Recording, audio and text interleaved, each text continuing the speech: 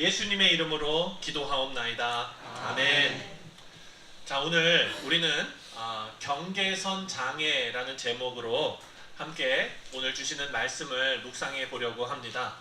여러분, 여기서 말하는 경계선 장애는 정신과에서 말하는 경계성 인격 장애를 의미하는 것이 아닙니다. 조금 달라요. 여기에 경계선 장애라고 제가 이름 붙인 것은 선을 넘는 행동을 말하는 것입니다. 사랑하는 성도님들, 우리 모두는 하나님께서 지으신 하나님의 백성들입니다. 그리고 하나님께서는 우리에게 각자의 역할을 맡겨주셨습니다. 오늘 본문을 보면은 우시야 왕과 그리고 아마샤 왕의 이야기가 나옵니다. 여러분, 이 이야기를 통해서 하나님께서 축복하신 이 위대한 지도자들이 어떻게 넘어지게 되었는가를 통해서 하나님께서 우리에게 주신 이 경계선을 지키는 일이 얼마나 중요한 일인가를 함께 생각해보고 또 영적인 교훈을 찾아보도록 하겠습니다. 여러분, 빌 하이벨스 목사님이라고 들어보신 적 있으시죠? 네, 제가 어렸을 때는 어떤 책을 읽어야 될지에 대한 그런 정확한, 제가 이제 어떤 개혁주의의 신학에 따른 그런 책들을 이런 방향으로 읽어야 되겠다라는 것이 정립되기 전에 고등학교 때쯤, 대학교 초반쯤 이럴 때는요, 많은 책들을 막 읽었습니다. 그때 제가 되게 은혜 받았던 책 중에 하나가 바로 빌 하이벨스 목사님 책이었어요. 이게 뭐냐면은 너무 바빠서 기도합니다. 네. Too busy not to pray. 네. 너무 바빠서 기도합니다. 이게 무슨 얘기냐면, 여러분, 너무 바쁘면 기도할 수 있어요, 없어요? 없잖아요. 그거는 일반 사람이고, 너무 바쁘기 때문에 난 기도해야 됩니다. 이런 의미였어요. 책을 읽으면서 제가 얼마나 은혜를 받았는지. 근데 여러분, 시간이 지나고 그분의 사역과 이런 모든 것에 다 은혜 받고, 그분이 하는 세미나도 막 제가 듣고 막 이랬는데, 시간이 한참 지나고 나서 어떤 일이 벌어졌습니까? 특종 빌 하이벨스 목사님 성추문, 막 이런 것들이 뉴스에 나왔잖아요. 그래서 미국이 한동안 시끌시끌 했었어요. 사랑하는 성도님들, 처음에는 너무나 존경받고 사람들의 주목을 끌고 성공의 길을 걸어가던 한 사람이 말년에 추한 모습을 보이는 그런 일들을 목격할 때가 있습니다. 요즘 세상에는요, 사랑하는 성도님들, 영웅이 탄생하기가 정말 어렵다고 해요. 왜냐하면 옛날에는요, 이순신 장군, 세종대왕, 이런 분들에게는 악플을 달 수가 없어요. 그렇죠? 예.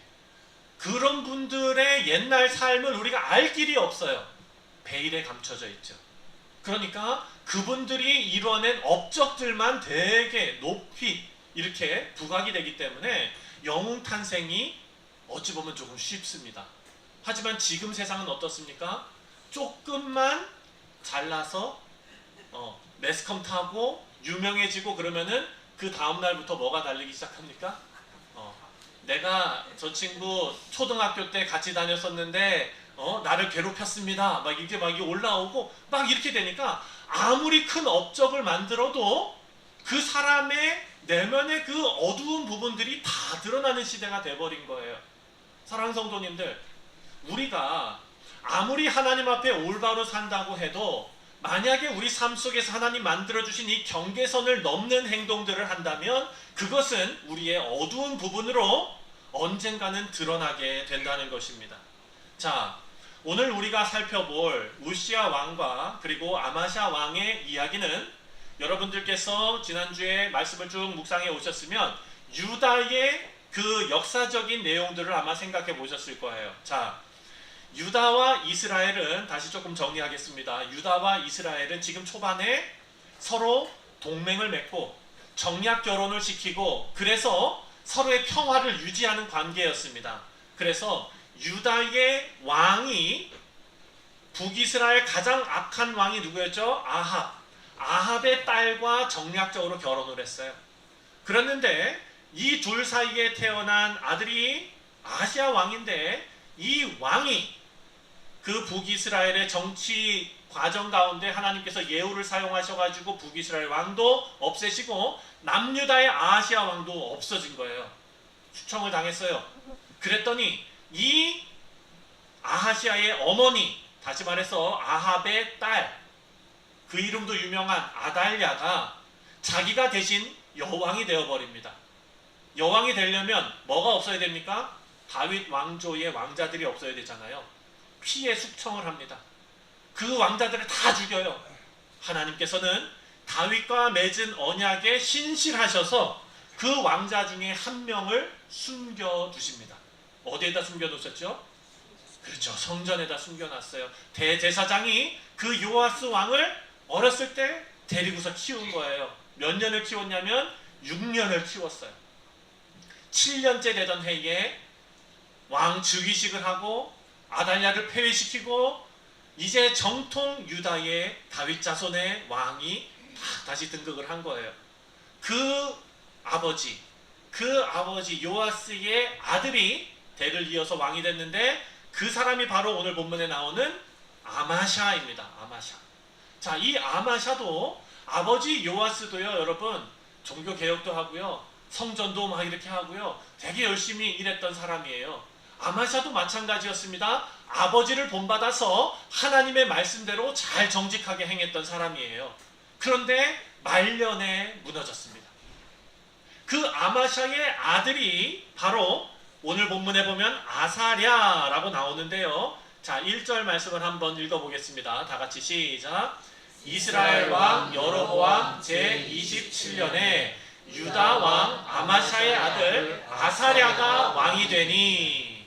자, 여러분 열왕기서가 있고 역대기가 있습니다. 열왕기서는 북이스라엘과 남유다의 왕들의 통치 내용들을 조금 깊고 넓고 보편적으로 기술한 반면 역대기 말씀은 유대주의적인 관점에서 기록했기 때문에 유다에만 초점이 맞춰져 있어요. 오늘 본문을 보면 유다의 왕 아마샤의 아들 아사랴가 왕이 되었다. 아사랴가 아버지 말씀대로 잘 했다. 하지만 하나님으로부터 징계를 받아서 나병에 걸렸다. 이렇게만 기술이 되어져 있어요. 그러니까 도대체 그 사이에 무슨 일이 있었는지를 알 길이 없어요. 이게 유다의 이야기이기 때문에 어디로 가면은 자세한 내용이 나올까요?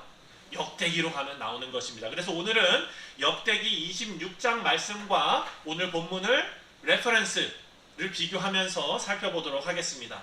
자, 여기 오늘 본문에 나오는 아사랴라는 왕이 역대기에는 우시야라는 왕으로 나옵니다. 여러분 다른 사람이 아니라 같은 사람입니다. 네.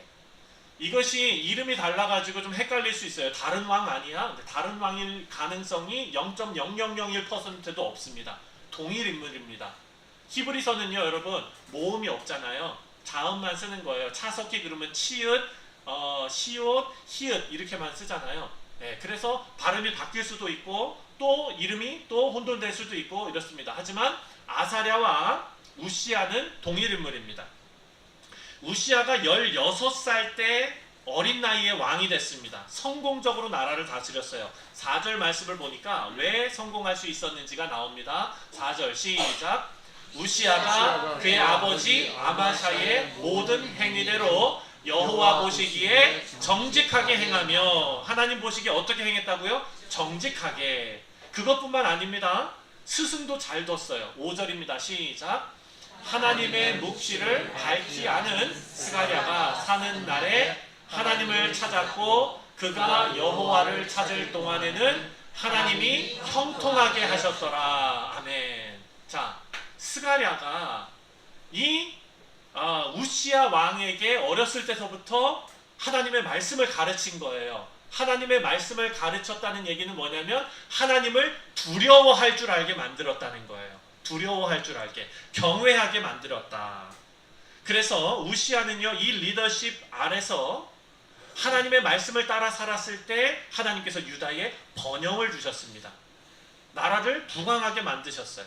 네, 여러분 성경이 우리에게 가르쳐주는 것은 강력한 군사력이 있다고 부강한 나라가 되는 것이 아니라 막강한 경제력이 있다고 부강한 나라가 되는 것이 아니라 하나님의 뜻을 따르는 리더십, 진정으로 백성을 위하는 통치, 이것이 만났을 때 나라의 진정한 번영이 온다라는 것을 성경이 역사를 통해서 증명하고 있습니다.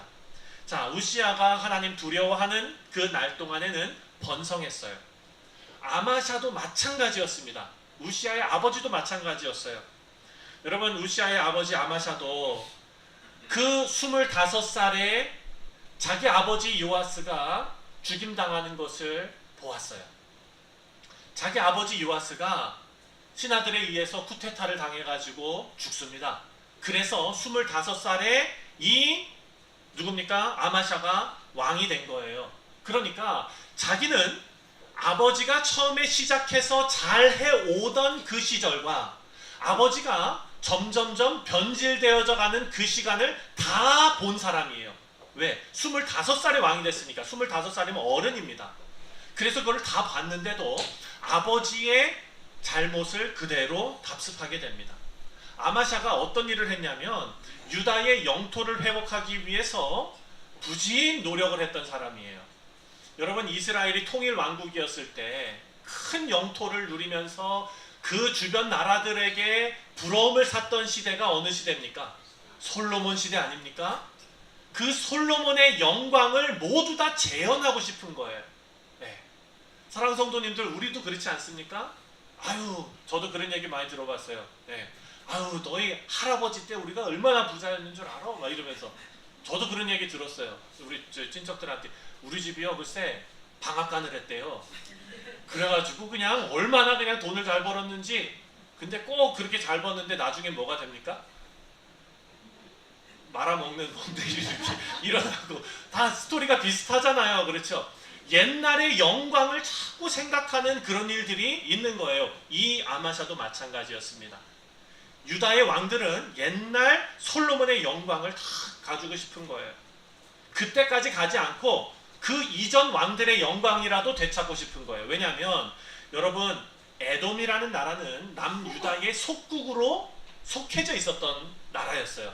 유다에다 조공도 바치고 이랬는데 유다의 힘이 점점 없어지니까 이 에돔이 독립을 해버렸습니다. 말 안 들어요 이제. 그래서 아마샤는요, 솔로몬의 영광 이전에 내가 요놈들부터 내가 손을 보리라 해가지고 에돔 정벌을 나갑니다. 어떻게 됐어요? 이겼어요.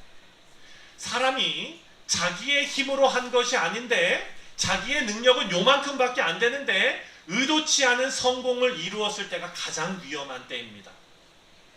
지금 이 아마샤가 그 성공을 이루고 나서 바로 한 일이 뭔 줄 아십니까? 북이스라엘 왕한테 선전포고를 합니다. 까불지 말라고 얘기하는 거예요. 근데 그때 북이스라엘은 강대국이었거든요. 이 아마샤가 협박을 하자마자 눈치 보다가 전쟁이 북이스라엘에서부터 먼저 일어나가지고 아마샤가 포로로 끌려가고 예루살렘 성이 허물어지고 사람들이 끌려가는 일들이 벌어지게 되었습니다. 이것을 누가 봤다고요? 그 아들 우시아가 봤다고요. 여러분, 그런데 우시아는 아버지가 행했던 길로 처음에는 행했다 그랬어요. 하나님 앞에 겸손하게 하나님 말씀 잘 듣고 간 거예요. 그랬는데 거기도 똑같이 교만에 빠지게 됩니다. 사랑하는 성도님들, 이 이야기를 통해서 우리는요, 교만이 가져오는 위험에 대해서 생각하게 됩니다. 잠언 16장 18절 다 아시죠? 교만은 패망의 선봉이요, 거만한 마음은 넘어짐의 앞잡이이다. 사랑하는 성도님들, 그렇다면 우리는 겸손해야 되지 않습니까? 겸손은 무엇입니까? 우리가 지난번에 겸손에 대해서도 생각해 봤지만 겸손은 말이 아니라고 했지요. 말로 겸손하는 것, 예를 들어서 아유 어떻게 참 잘하십니까? 다 하나님이 하셨습니다. 겸손인 것 같지만 이 말에는 뭐가 있는 거예요? 내가 하나님 잘 섬겼더니 하나님께서 이렇게 다 해주셨고, 그걸 보고 제가 뭐라 그랬을까? 겸양을 떤다. 그렇죠? 말하는 것은 겸양을 떠는 거고요. 우리가 그때 생각한 것은 진정한 겸손은 기억하는 거라 그랬습니다. 말이 아니라 기억하는 것. 기억하면 삶이 바뀌어서 순종하게 됩니다. 우리의 삶으로 순종이 나오는 것, 하나님의 주권을 인정하는 것이 겸손이지, 말은 겸손이 아니다. 우시아도 똑같은 일을 당하게 됩니다. 아마샤의 실패 다 봤는데도요, 처음에는 잘했어요. 여러분, 우시아는 어떤 일을 했는 줄 아십니까? 아버지가 마지막에 망하고 나서 북이스라엘에서 와가지고 예루살렘 성벽을 허물어뜨렸습니다. 그 성벽을 허물어뜨린 이유는 뭐냐? 이 성은 함락당했다라는 징표예요. 그래서 이 우시아는 그 성벽을 다시 보수하고 또한 농업을 장려합니다. 과학기술로 농업이 잘 되게끔 열심히 농업을 장려해가지고 국가의 경쟁력을 키웠어요. 그리고 또한 기술자들을 잘 이렇게 대우를 해가지고 전쟁에 필요한 무기 같은 것들을 최신식으로 아주 잘 갖춘 거예요. 전쟁을 하겠다는 의미가 아니라, 사랑하는 성도님들, 사람들이, 나라들이 왜 자꾸 핵을 가지려고 그럽니까? 핵은 전쟁 무슨 효과가 있다고요? 억제 효과가 있는 거예요. 함부로 덤비지 못하는 거예요. 그렇죠? 그래서 다들 갖고 싶어 하잖아요. 마찬가지로 유다의 이 왕도 경제력과 군사력과 이 모든 것으로 나라를 부강하게 만들었어요. 이 일이 주변 나라들에게 소문이 나기 시작했습니다. 그러자 이 우시아 왕도 자신을 과대평가하기 시작합니다. 역대하 26장 16절을 보면 이렇게 말합니다. 다 같이 읽겠습니다. 시작. 강성하여짐에 그의 마음이 교만하여 악을 행하여 그의 하나님 여호와께 범죄하되 곧 여호와의 성전에 들어가서 향단에 분향하려 한지라. 자, 지금 이 일을 보면 여러분 잘 아시죠? 율법에도 하나님께서 레위인들을 통해서 성막의 일, 성전의 일을 담당하도록 하셨습니다. 그들에게는 뭘 주지 않았어요? 땅을 기업으로 주지 않았어요. 그 정도로 구별해서 이 일을 하도록 해 놓으셨습니다. 나머지 사람들은 땅의 기업을 주시고 이 일은 레위인들만 하도록 만들어 놨어요. 그런데 지금 우시아가 자신의 어떤 치적과 성과들이 모든 사람들이 보기에, 야, 우리 우시아 왕은 이제 조금만 더 가면은 솔로몬처럼 될 것 같아, 다윗처럼 될 것 같아, 이런 얘기를 들었을까 안 들었을까 알 길은 없지만 정황상 들었을 것 같아요. 그러니까 자기는 어떤 생각이 들었을까요? 우쭐한 마음이 들었죠. 그래서 아까 말씀드린 경계선 장애, 선을 넘어버리게 되었습니다. 우시아는 하나님께서 주신 이 축복을 자신의 능력으로 착각했습니다. 그래서 성전에서 제사장들만 할 수 있는 향을 본인이 직접 피운 것입니다. 여러분, 이것은 단순한 실수가 아닙니다. 하나님께서 정하신 질서를 무시하고 경계를 넘는 일이었습니다. 제사장들이 제지하려고 했어요. 하지만 그 제사장들의 말을 다 무시해버립니다. 사랑하는 성도님들, 우리가 생각해 보면은요, 하나님께서는 각자의 인생에 역할을 주시고 경계선을 주시고 구별하셨는데 그 선을 마음대로 넘어가는 일들이 우리 가운데 벌어질 수 있다는 것입니다. 자, 하나님께서는 우리 각자에게 정해주신 경계가 있습니다. 가장 먼저 남자와 여자의 경계를 하나님의 창조 질서로 만들어 놓으셨어요. 그런데 이 경계선을 넘기 시작합니다. 남자가 여자가 되고 여자가 남자가 되고 여자가 남자가 돼서 또 남자가 여자가 돼서 올림픽에 나가서 또 이주가 되고, 여러분, 이런 모든 일들이 경계선을 넘는 그런 죄에서부터 시작된 일입니다. 또한 가정에서도 마찬가지입니다.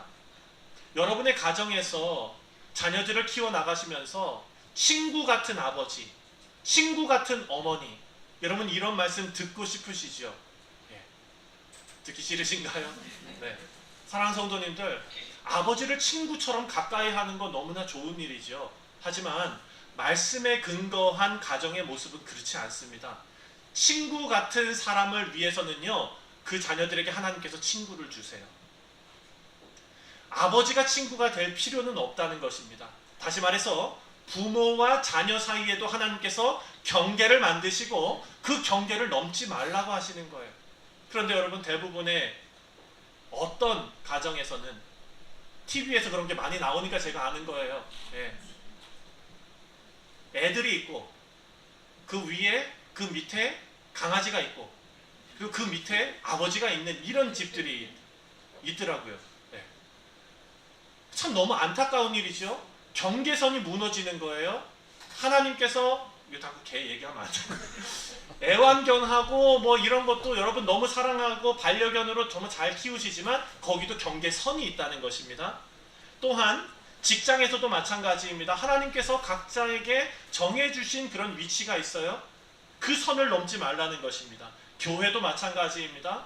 하나님께서 교회 안에서도 질서를 세우시고 직분자들을 세우시고 하나님께서 교회 안에 시스템을 만들어 놓으셨어요. 그런데 이것이 우리는 군대 같은 역할로 교회의 직분을 해석하면 문제가 생기기 시작합니다. 군대 같은 역할로 보면 위에서 높은 계급이 밑에다 시키는 이런 식으로 교회의 직분을 생각하면 큰일 난다는 거예요. 왜? 하나님께서는 우리 교회를 예수 그리스도의 몸으로 비유하셨습니다. 이 몸에는 각자 자기가 맡은 각자의 역할이 있어요. 손도 있고 눈도 있고 귀도 있고 뭐가 뭐보다 더 잘난 것은 없습니다. 그 가운데 역할이 다른 거예요. 그러다 보면 그 안에 뭐가 생기겠습니까? 존중이 생깁니다. 이것이 바로 경계를 넘지 않는 방법입니다. 질서입니다. 자, 그렇다면 사랑하는 성도님들, 질서가 없으면 망합니까? 질서가 없으면 망할 것 같아요? 자, 우시야 왕을 한번 예를 들어서 생각해 보겠습니다. 우시야 왕이 왜 분향을 했을까를 한번 생각해 보시죠. 상상을 한번 해보시죠. 자기가 권력이 있고 사람들이 자기를 막 우쭈쭈 이렇게 해주고 칭찬하고 그러니까 교만해져서 그런 일을 했다라고 생각할 수 있어요. 그런데 여러분 이런 일을 한번 생각해 보시죠. 잘하는 것과 질서를 따르는 것에는 차이가 있습니다. 예를 들어서 분향을 하라고 세워놓은 제사장이 분향을 하러 들어갔는데 분향은 여러분 기도와 같은 것 아닙니까? 매일 가서 향을 피워서 하나님께 제사를 드리는 거 아닙니까?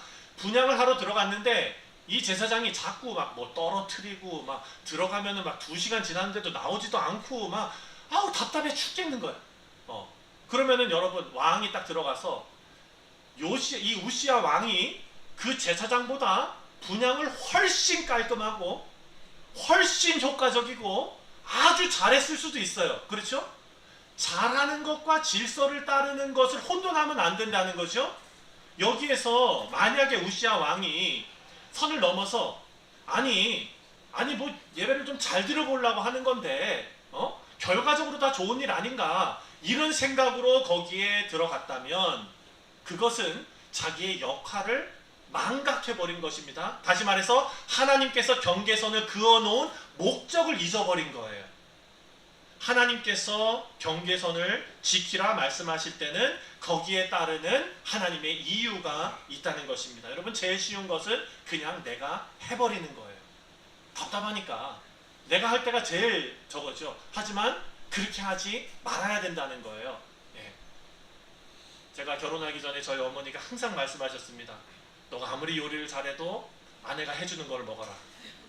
잘한다고 계속하면 못 얻어먹는다. 그런데 여러분 그런 일들이 우리 일상생활에서 제일 쉬운 게 뭐냐면 내가 다 해버리는 거예요. 그렇다면 우리가 경계를 하나님께서 만들어 놓으신 이 경계를 지켜나가는 실제적인 방법이 무엇인가를 오늘 본문에서 한번 살펴보겠습니다. 가장 먼저 첫 번째가 기도와 말씀 묵상으로 하나님의 뜻을 찾는 거예요. 뭐 이런 당연한 말씀을 하시나. 또 오늘 본문 말씀을 보니까 우시야 왕과 아마샤 왕이 처음에 번영했던 때를 한번 생각해 보십시오. 그때 어떤 일이 있었습니까? 하나님의 말씀을 완전히 그냥 아주 잘 해석해 줄 수 있는 스가랴가 왕에게 하나님의 뜻을 잘 따를 수 있도록 말씀을 이해할 수 있도록 잘 설명을 해주고 그 말씀을 잘 이해하니까 하나님을 경외하게 되고 하나님을 경외하니까 나라가 잘 되게 됐죠. 우리가 매일 기도와 말씀, 묵상 이 모든 것을 통해서 하나님의 뜻을 구해야 되는 이유가 바로 이것입니다. 시편 119편 105절에 주님의 말씀은 내 발의 등이요 내 길의 빛이니이다. 여러분 이것이 아까 어린이 설교할 때 말씀드렸지만 나침반과 같다는 거죠.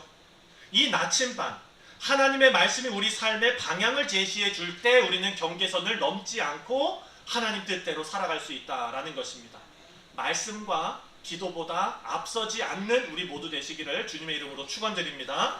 두 번째로 가정과 직장에서 경계를 존중하기입니다.